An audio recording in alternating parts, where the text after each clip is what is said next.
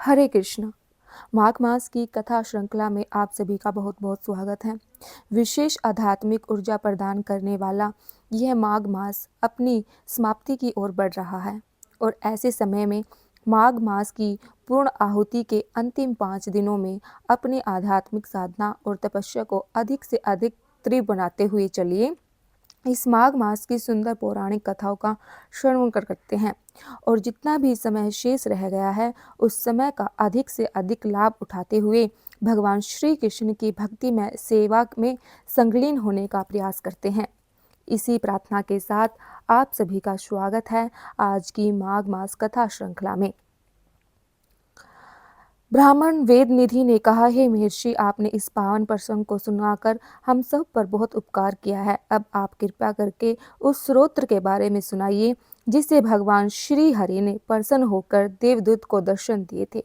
यह सुनकर लोमेश ऋषि ने कहा, हे ब्राह्मण, सुपात्र व्यक्ति को धर्म का उपदेश करने से जो प्रसन्नता होती है वही मुझे प्राप्त हो रही है।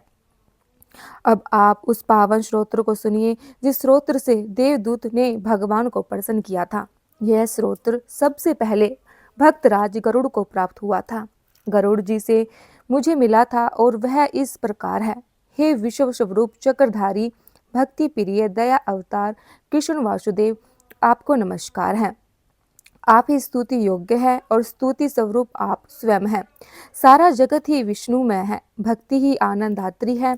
जिनके श्वासों में साग और सूत्र सुक्ति वेदों की उत्पत्ति हुई है, उनकी प्रसन्नता हेतु हम भक्ति ही प्रकट करते हैं। वेद भी जिसे नेति कहते हैं, जो वाणी और उनसे अगोचर है, उस प्रभु की स्तुति करना किसी के सामर्थ्य में नहीं है। त्रिदेव आप स्वयं हैं। ब्रह्मा बनकर आप उत्पत्ति करते हैं, विष्णु रूप में पालन करते हैं और शिव रूप में संहार करते हैं। आप ही पार ब्रह्म हैं। हे महायोगी, आपको बारंबार नमस्कार है। आप सदैव ही ज्योतिमान हैं। आप ही सुख और आनंद को देने वाले हैं। हे प्रभु, आप चराचर के स्वामी हैं। आप कल्पना मात्र से ही सृष्टि उत्पन्न करने वाले हैं। समस्त दोष विकार रूप आदि सभी से परे रहने वाले हैं। हे देव, आपको कोटि कोटि प्रणाम है। जिनकी इच्छा मात्र से जगत में चेतना रहती है, योगी गण जिसके सत्य स्वरूप का ज्ञान से ध्यान करते हैं, दुज श्रेष्ठ जिसे अहम ब्रह्म रसम कहकर जप करते हैं। हे भगवान विष्णु, आपको बारंबार नमस्कार है। जो प्रभु माया द्वारा उत्पन्न प्राणी के अहम ममता अज्ञान और पाप आदि का नाश करते हैं, उन्हें प्रणाम है। जिनके मुख से हर क्षण भगवान का ही नाम निकलता है, वे जो आपके चरणों को ही आश्रय बनाए बैठे हैं, जिनके श्रवण मात्र से ही प्राणी के समस्त बंधन नष्ट हो जाते हैं, उस अनंत प्रभु को नमस्कार है। जिनकी कृपा मात्र से अज्ञानी आत्मा का ज्ञान प्राप्त कर लेते हैं, वासनाओं का त्याग कर देते हैं, नाम का आधार बनाकर अपने जीवन आराधना में लगा देते हैं, उस प्रभु को नमस्कार है। विष्णु नाम ही शब्दार्थ और ज्ञान अर्थ द्वारा स्वरमय है। वेद के नारायण ही ब्रह्मांड के पालक है, सत्य के आधार स्वरूप है। हे प्रभु, आपको नमस्कार है। जो धर्म रक्षक जड़ चेतना में निवास करते हैं, जो धर्म की रक्षा के लिए अवतार धारण करते हैं, जिसकी ज्योति प्राणी मात्र में आत्मा स्वरूप विराजमान है, उन प्रभु को मेरा नमस्कार है। हे सर्वज्ञ, आपने एक होते हुए भी अनेक स्वरूप धारण किए हुए हैं। कण कण में व्याप्त होते हुए भी प्राणी को माया में भ्रमक रखा है। स्पष्ट रहने वाले प्रभु, आपको मेरा नमस्कार है। आपने ही जगत की रचना की है। माया में पड़ा हुआ प्राणी आपके स्वरूप को नहीं जान पाता। चराचर और माया में रहते हुए भी आप सबसे अलग रहते हैं। उन प्रभु को मेरा प्रणाम है। चरवक पांच तत्वों को मिश्रण जिससे उत्पन्न जिस चेतना का उपासना करते हैं, उस सौगात के तर्क द्वारा क्षण भर बुद्धि कहते हैं। जैन प्रमाण स्वरूप मानते हैं, संख्या प्रकृति से अलग पुरुष है। उपनिषेध समस्त आधार रहित मानते हैं। हे दिव्य पुरुष, आपको प्रणाम है। समस्त चराचर के स्वामी, मैं आपकी शरण में हूँ। अग्नि, छवि, इंद्र, हवन, यज्ञ, मंत्र, क्रिया, फल सब कुछ आप ही है और आस्था और नास्ता भी आप ही है। समस्त जगत के कारण स्वरूप भी आप ही है। मेरा आश्रय भी आप ही है। मैं आपकी भक्ति में शरण गाती हुआ हूँ, आपकी शरण में आया हूँ। आपकी शरण ग्रहण करने वाला महापापी भी पाप मुक्त हो जाता है। प्राणी की उस समय तक मुक्ति नहीं होती जब तक वह आपकी शरण में ना आए। आपका स्पर्श असंभव है। संग और मोह से रहित मुनि जन ही आपको पाते हैं। ऐसे दयालु भगवान को आपको नमस्कार है। प्रभु कृपा से ही प्राप्त सुख, सौभाग्य, ऐश्वर्य, मोक्ष और लक्ष्मी प्राप्त होती है। इन सब के स्वामी प्रभु आपको नमस्कार है। जो भगवान अज्ञान, अविद्या, पाप का नाश करने में सामर्थ है, उस प्रभु को नमस्कार है। चराचर में व्याप्त सत्य स्वरूप मुझ पर प्रसन्न होकर आप मुझे दर्शन दीजिए। विप्रवर, इस स्तोत्र के पाठ द्वारा ही देवदूत ने भगवान को प्रसन्न किया था और उनके दर्शन प्राप्त किए थे। वही इस स्तोत्र का पाठ किया करता था। इस स्तोत्र का जो भी मनुष्य श्रवण करता है, कीर्तन करता है या पठन करता है, उसी प्राणी को अश्वमेध यज्ञ के समान फल की प्राप्ति होती है। ब्राह्मण को आत्मा विद्या मिलती है, प्राणी की समस्त इंद्रियां स्वस्थ हो जाती है, सब पापों का नाश होता है और उसे बैकुंठ धाम की प्राप्ति होती है। स्तोत्र का नित्य प्रतिदिन पाठ करने से संतान, पौत्र, पौत्र, धन आदि की वृद्धि होती है। धर्म, अर्थ, काम और मोक्ष में से इच्छित कामनाएं प्राप्त होती है।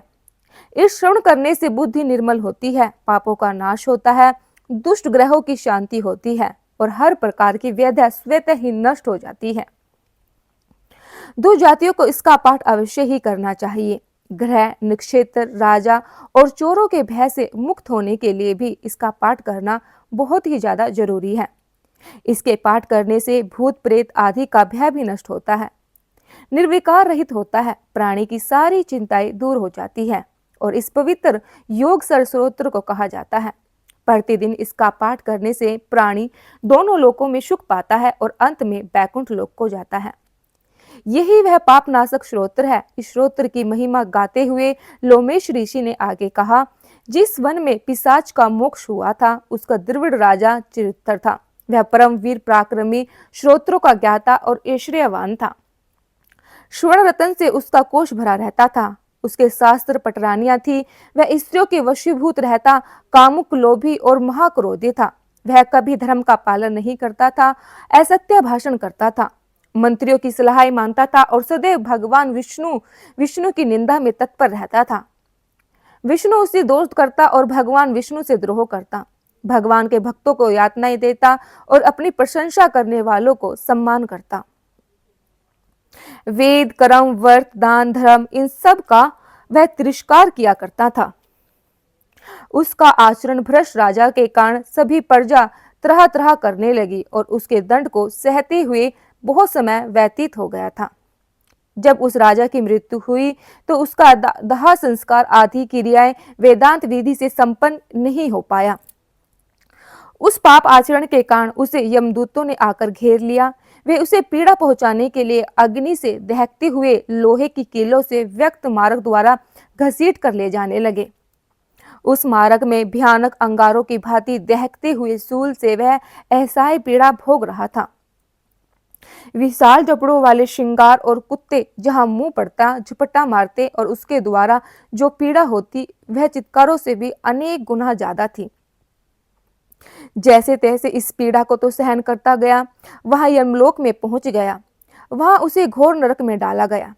सबसे पहले तमृष नरक में डाला गया। उसके बाद उसे अधंत मिश्र में डाला गया। उसके दुख सहन करने के बाद रोरो नरक में डाला गया। फिर उसको महारोह नरक में जाना पड़ा। महारोह के बाद उस राजा को काल, शत्रु आदि नरकों की भी यातना दी गई। इस प्रकार पीड़ा के कारण वह राजा मूर्छित हो गया और उसके बाद उसे आने वाले नरक लोकों की यात्रा करनी पड़ी। इस राजा के आगे क्या गति हुई और किस प्रकार उसका मोक्ष हुआ, वो कथा हम सुनेंगे हमारी इसी माघ मास कथा श्रृंखला की अगली कड़ी में, यानी कि कल प्रातः। अगर अभी तक आपने हमारे चैनल को सब्सक्राइब नहीं किया है तो आप सभी से अनुरोध है कि आप हमारे चैनल को जरूर से सब्सक्राइब कर लीजिएगा और पास में ही नोटिफिकेशन बेल को भी ऑन कर लीजिएगा कि जैसे ही हम आप कोई भी वीडियो डालें आप तक नोटिफिकेशन पहुंच जाए। वीडियो को पूरा देखने के लिए आप सभी का बहुत बहुत धन्यवाद। वीडियो को ज़्यादा से ज़्यादा शेयर भी कीजिएगा, उसका भी पुण्य फल आपको ही प्राप्त होगा। मिलते हैं अगली वीडियो में। जब तक के लिए जय श्री कृष्णा, जय श्री राधे।